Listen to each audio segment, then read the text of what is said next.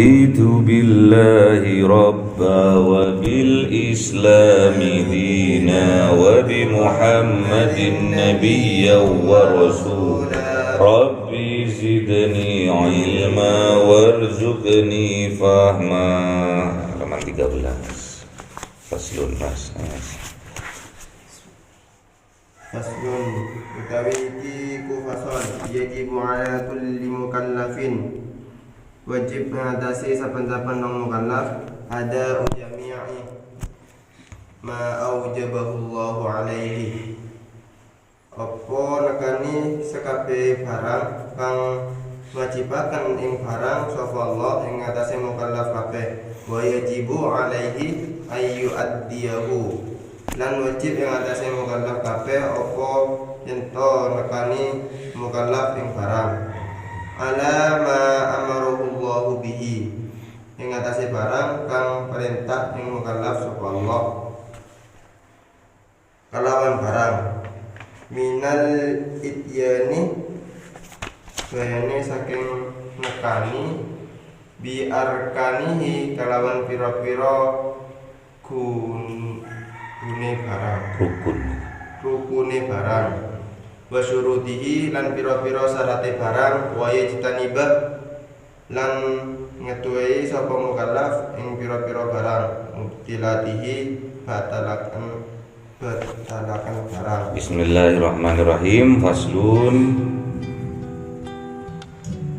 Ini bab yajibu ala kulli mukallafin, diwajibkan atas seluruh orang yang mukallaf. Orang yang mukallaf itu orang yang sudah baligh dan sehat akalnya.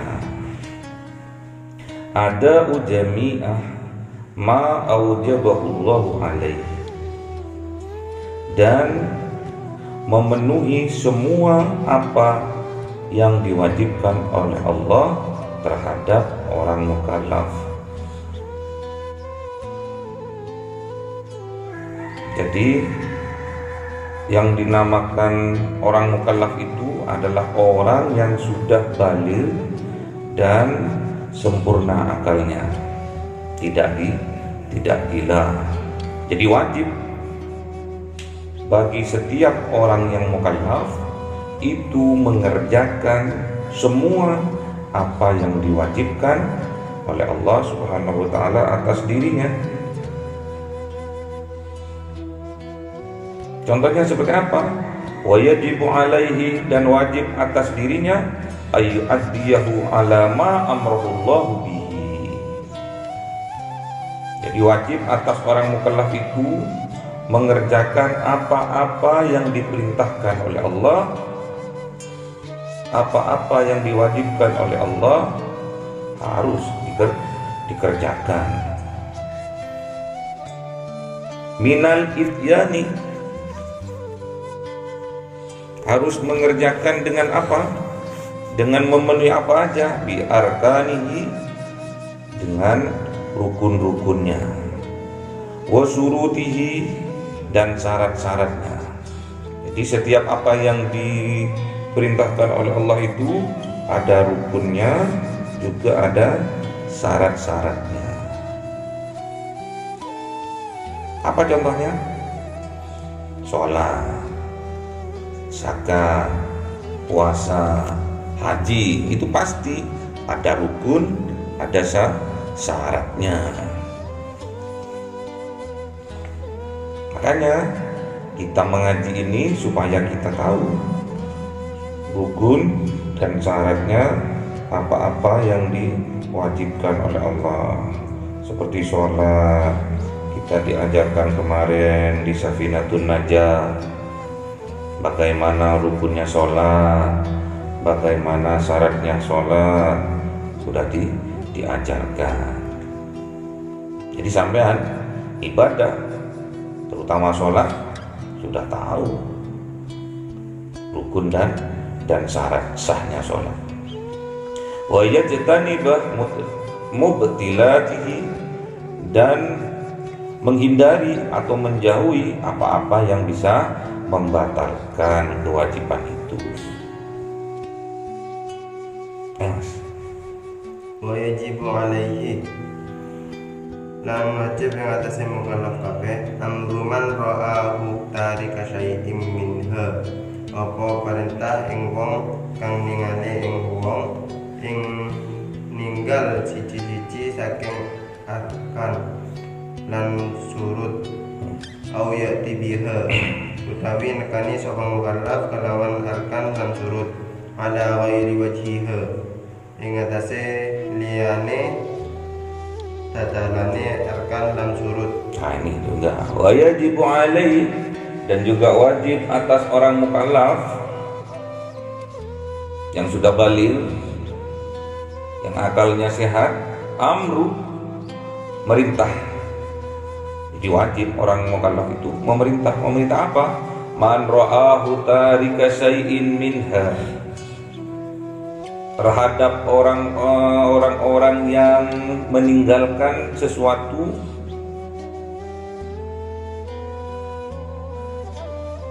minha atas dirinya, apa itu? Rukun dan syarat. Misalkan ada orang meninggalkan sholat, nggak sholat, meninggalkan puasa, nggak puasa bulan Ramadan, nggak zakat, tapi hari raya ikut ya. Kalau sampean tahu itu, sampean harus merintahkan untuk orang itu untuk mengerjakan. Sholat tore, sholat to kak, cak, kang, Pak Yu, sholat to, sholat buat sanguni pati. Yang nemanin kita besok di alam kubur adalah amal. Semoga kita banyak amal baiknya ya. Amal jeleknya sedikit maka tidak ada ya. Jadi sampean kalau melihat orang tidak sholat, sampean harus memberitahunya, mengajaknya, memerintahnya untuk sholat. Enggak melihat orang enggak puasa, sampean menegurnya. Puasa orang, puasa.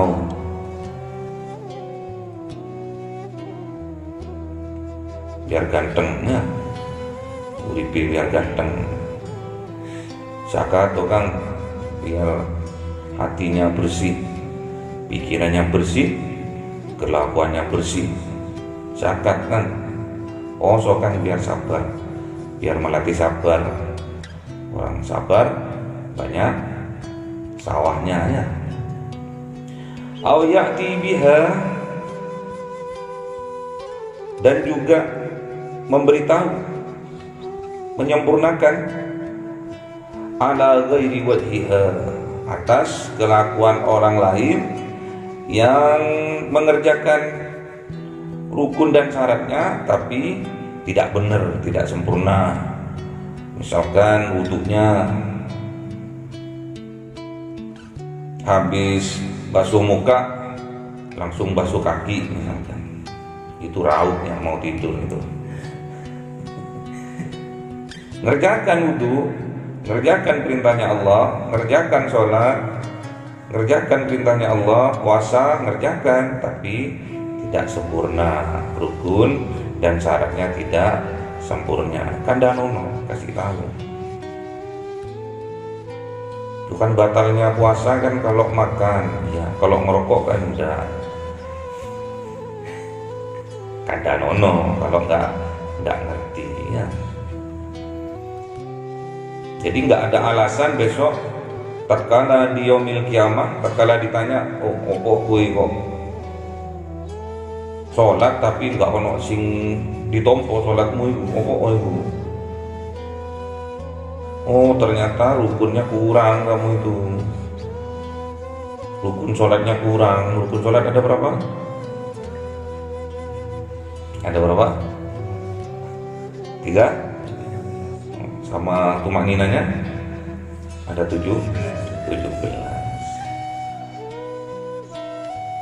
Jadi ngerjakan sholat tapi rukunnya nggak jangkep. Terus ditanya sama Allah, kenapa kamu kok sholat tapi sama malaikat kok nggak ditulis sholat ini? Oh ternyata kamu rukunnya kurang. Gak ono sing ngandani ta? Gak ono i. Ustate gak ono i. Ya ini gak ono i. Loh iya gak ono, awakmu sholat dhewean di dalam kamar ya. Gak ono sing negor ya. Coba sholat berjamaah di masjid. Kalau syaratnya nggak jangkep, misalkan nggak nutup aurat, sarungnya sobek di belakang misalkan, jadi auratnya kelihatan, sholatnya nggak sah. Kalau sholat sendirian di dalam kamar, nggak ada yang tahu, terutama yang ahli hisab. Habis ngerokok, biasanya puntung rokoknya kena sarungnya bolong-bolong. Sholat sendirian di kamar, nggak ada yang tahu. Coba sholat di masjid, dikandani ambil uangnya. Itu Pak, sarungnya dibalik itu lo bolong. Ahli hisab ya, matur suwun. Jadi tatkala besok di yaumil kiamah, di pengadilannya Allah itu besok, tatkala ditanya sama Allah, jangan jawab seperti itu. Malah jawab malaikat lu, sholatnya dewean di rumah. Terus udah diadakan pengajian itu di Masjid Agung Rasulullah itu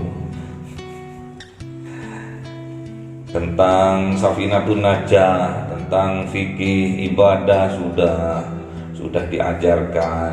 Bahkan bagi anak-anak asramanya itu tidak boleh nikah sebelum tahu ilmu fikih ya. Jangan wani-wani nikah siro lek durung ngaji fikih, amburadul nanti keluarganya ya.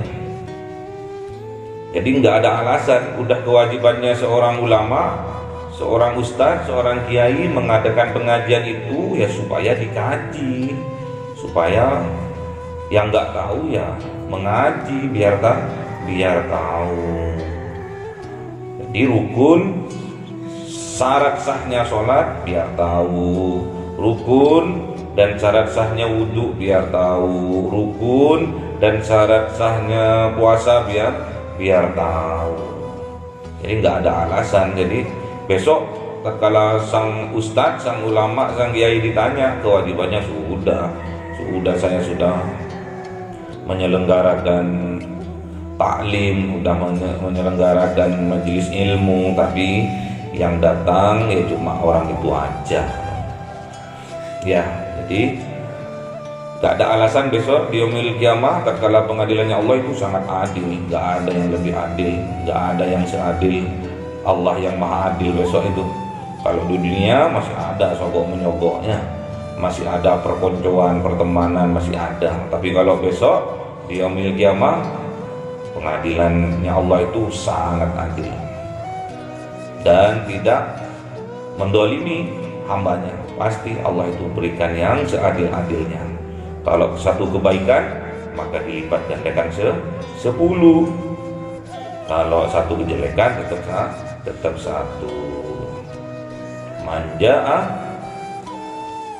Manja'a bil hasanati falahu asru amsalihha. Siapa orang datang dengan satu kebaikan maka akan dilipat gandakan 10 kali lipat kebaikannya itu. Lanjut Mas. Wa yajibu alaihi qawluhu ala dzalika in qadara alaihi. Dan wajib ing atase mukallaf apa nyering ing wong ngatasi mengkono Nyerang itu. Nyerang ing wong ing ngatasi mengkono nekani lamun puasa sapa mukallaf ing ngatasi nyerang. Wa illa fayajibu alaihi al-inkaru biqalbihi. lan lamun ora kuwasa maka wajib ing atase mukallaf apa ingkar nglawan atine mukallaf. In ajaza 'anil qawli, lamun apes sapa mukallaf saking nyerang, wal amri lan perintah utawi mengkono, wa dzalika ad'aful imani ing utawi mengkono ingkar bil qalbi iku luwe apes iman. Ai aqulu ma yalzamul insana indal ajzi, tegese luwe ketik barang kang tetep apa ing manusa nalika apes mudah. Wajibu alaihi, dan wajib juga atas orang mukallaf qahruhu, kalau di sini nyerang atau mengubah ala dzalika in qadara alaih. Kalau kita punya kekuatan bisa ubah. Kalau kita punya kekuasaan bisa rubah. Kalau kita jadi yai, punya santrinya salah dalam rukun dan syarat, ditegur. Wa illa fayajibu alaihi ingkaru biqalbihi, dan apabila kita tidak mempunyai itu, tidak mempunyai kekuasaan, siapa lu negor gue ya. Al ingkaru biqalbihi, cukup kita ingkar di dalam hati. Jadi kalau ada orang ditegur nggak mau, cukup kita ingkar di dalam hati saja ya. Jadi misalkan kita itu nggak punya kekuatan untuk negor seseorang, untuk memerintahkan seseorang, itu kata Allah at'aful iman, selemah-lemahnya iman. Jadi nggak masalah. Atau yang dinamakan selemah-lemahnya itu iman itu apa? Aqallu ma yalzamul insana indal ajzi. Jadi ya, meminimalkan risiko. Jadi kita biar nggak dikatakan sebagai sok alim lah, sok suci lah ya. Yang penting kita sudah negor nggak mau, ya sudah, ngapain ngotot-ngotot, nanti malah berantem, karena ini berkaitan dengan keimanan. Jadi kalau sama-sama iman akan ngamper gitu. Kecuali nggak sama-sama iman, yang satu iman satu nggak iman, ya nggak akan ngamper, konslet. Kalau dipaksakan ya. Lanjut mas, harus hatam ini. Wa yajibu tarku jami'il muharramati, lan wajib apa ninggal saka sakabehane perkara kang diharamaken. Wa nahyu murtakibiha, lan nyegah ing wong kang nglakoni muharramat. Wa man uhu qahran minha, lan nyegah ing wong kalawan nyerang saking muharramat. In qadara alaihi, lamun kuwasa sapa wong ing atase nyegah. Nah ini juga tentang kewajiban untuk mencegah, meninggalkan. Wa yajibu tarku jami'il muharramat. Jadi kita wajib bagi orang mukallaf itu meninggalkan semua apa yang diharamkan oleh Allah. Wa nahyu, apa itu yang diharamkan itu? Yang diharamkan itu apa? Apa contohnya? Minum khamr yang memabukkan, berzina, terus apa lagi? Berghibah,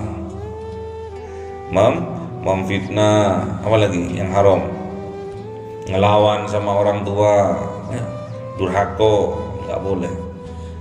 Harus kita tinggalkan. Mencuri harus kita tinggalkan. Mengorek-ngorek, mencari-cari kejelekan orang, apa namanya? Tajassus, itu ditinggalkan, haram. Wa nahyu murtakibiha, dan juga harus bisa mencegah orang lain untuk melakukan hal yang haram itu. Wa man'uhu qahron, ya kalau punya kekuatan, punya pengaruh, ya monggo lakukan itu terhadap orang lain. Kita menegurnya, kita melarangnya kalau kita punya kuasa, punya kekuasaan. Kita sebagai pejabat misalkan di sebuah desa, kepala desa misalkan, misalkan ada perkumpulan orang mabuk-mabukan, bisa dibubarkan. Misalkan ada seorang ustadz, bisa dengan cara apa? Dengan cara ngandanono, cara mauno, kalau mampu. Kita misalkan dalam keluarga, kewajiban orang tua mengajarkan ibadah, mengajarkan sholat kepada anak-anaknya itu mulai sedini mungkin. Mas Reddy ini mau punya anak nanti, mulai sedini mungkin udah diajarkan. Aku itu loh udah ngajari kamu mulai kamu belum ada, maksudnya ya, tak boleh no ibu sing soleha, ya udah didoain dengan cara memilih istri yang soleha. Jadi biar nggak punya hutang ke anak-anaknya. Itu salah satu kewajiban ayah bagi anak-anaknya adalah mencarikan ibu yang soleha, yaitu istri yang soleha.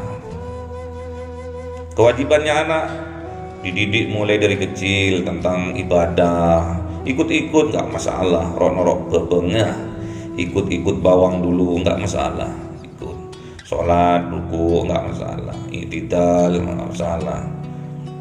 Terus nanti tatkala udah umur 7 tahun udah disuruh ayo sholat. Umur 7 tahun sekarang kelas 1 ya, kelas 1 SD ya, kelas 1 SD. Katanya Rasulullah, muru auladakum, perintahkan sholat bagi anak-anakmu, wahum, tatkala anak-anakmu itu sudah umur berapa itu? Abna'u sab'i sinin, sudah umur 7 tahun. Wa yadribuhum, dan pukul alaiha apabila anak-anakmu itu tidak sholat, suruh pukul. Enggak pukul dengan ini ya, dengan apa ya? Dengan kayu. Tidak, maksudnya cubit, maksudnya pukul itu dengan kasih sayang lah pukulnya. Kalau kena abna'u, tatkala anak itu sudah umur 10 tahun itu dipukul dengan sayang, dicubit atau apa gitu ya. Enggak boleh dikepui ambil ini ya, ambil sapu ya, patah nanti anaknya sampean nanti ya. Lanjut Mas. Illa wajib alaihi an yunkira dzalika biqalbihi.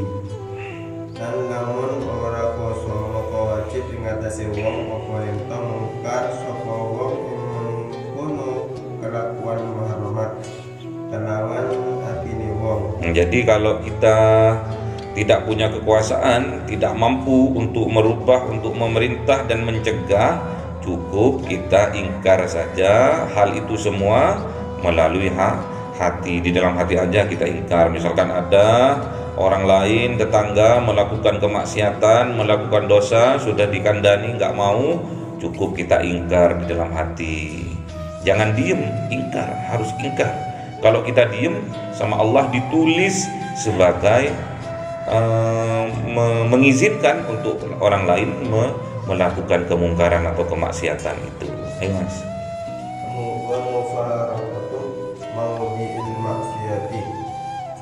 Dan wajib misalnya penggunaan maksiat. Oke, dan juga kewajiban kita mufarok itu firok, harus memutus maudi dari tempat al-maksiati, dari tempat yang digunakan untuk bermaksiat. Jadi harus kita firok, harus kita putus, harus kita putus, gak ada hubungan. Gak boleh kita cedek terhadap tempat yang yang dibuat atau dibuat markas untuk maksiat. Jadi misalkan ada rumahnya orang, di situ dibuat tempat untuk maksiat, misalkan untuk berzina. Tapi mau kita tegur, orangnya orang kaya, orangnya orang angkuh, nanti banyak mudaratnya kalau kita tegur. Misalkan kita cukup memisahkan diri, menjaga jarak dari tempat yang dibuat kemaksiatan itu. Jadi misalkan tempat itu dibuat untuk ngurumpi, dibuat untuk menggibah, memfitnah, kita nggak usah cedek-cedek, nanti bisa ketularan ya. Lanjut. Wal haramu utawi kang aran haram ma tawaqqadallahu iku barang kang ngancam sapa Allah murtakibahu ing wong kang nglakoni haram bila iqabi kelawan disiksa bahwa ada tarikahu bisawabi dan ngapang-ngapang sapa Allah ing wong kang tinggal haram kelawan ganjaran utawi kelawan ganjaran ngebang janji, ngebang itu janji. Wal haramu, dan yang dikatakan haram itu apa sih? Ma tawa'adallahu murtakibahul bil iqab, yaitu yang dikatakan haram itu adalah apabila orang itu melakukan haram, Allah akan mengancamnya kepada orang yang melakukan keharaman tadi. Dengan ancaman apa? Dengan ancaman siksa atau dosa. Wa wa'atarikahu bisawabi, dan Allah berjanji apabila orang itu meninggalkan keharaman itu bisawabi, dengan diberi pahala yang besar, yaitu surga. Jadi besok kalau kita bisa meninggalkan yang haram, kata Allah, besok akan diberi pahala yang besar dan akan dimasukkan ke dalam surganya Allah Subhanahu wa ta'ala. Semoga kita diberi kekuatan oleh Allah melakukan kebaikan dan mengistiqomahkan kebaikan ini, sehingga kita besok diberi pahala yang sangat besar oleh Allah dan dimasukkan ke dalam surganya Allah Subhanahu wa ta'ala. Al-Fatihah. A'udzubillahi minasyaitonirrajim. Bismillahirrahmanirrahim. Alhamdulillahirabbil alamin arrahmanir rahim maliki yaumiddin. Iyyaka na'budu wa iyyaka nasta'in. Ihdinas siratal mustaqim. Siratal ladzina an'amta 'alaihim ghairil maghdubi 'alaihim waladdallin. Amin. Subhanakallahumma wa bihamdika asyhadu an la ilaha illa Subhanakallahumma wa bihamdika asyhadu an la ilaha illa anta astaghfiruka wa atubu ilaik. Subhanakallahumma asyhadu an la ilaha illa astaghfiruka. Assalamualaikum warahmatullahi taala wabarakatuh. Ingat, menegur orang di tempat umum itu menghinakannya. Namun menegur orang hanya berdua saja itu menasehatinya.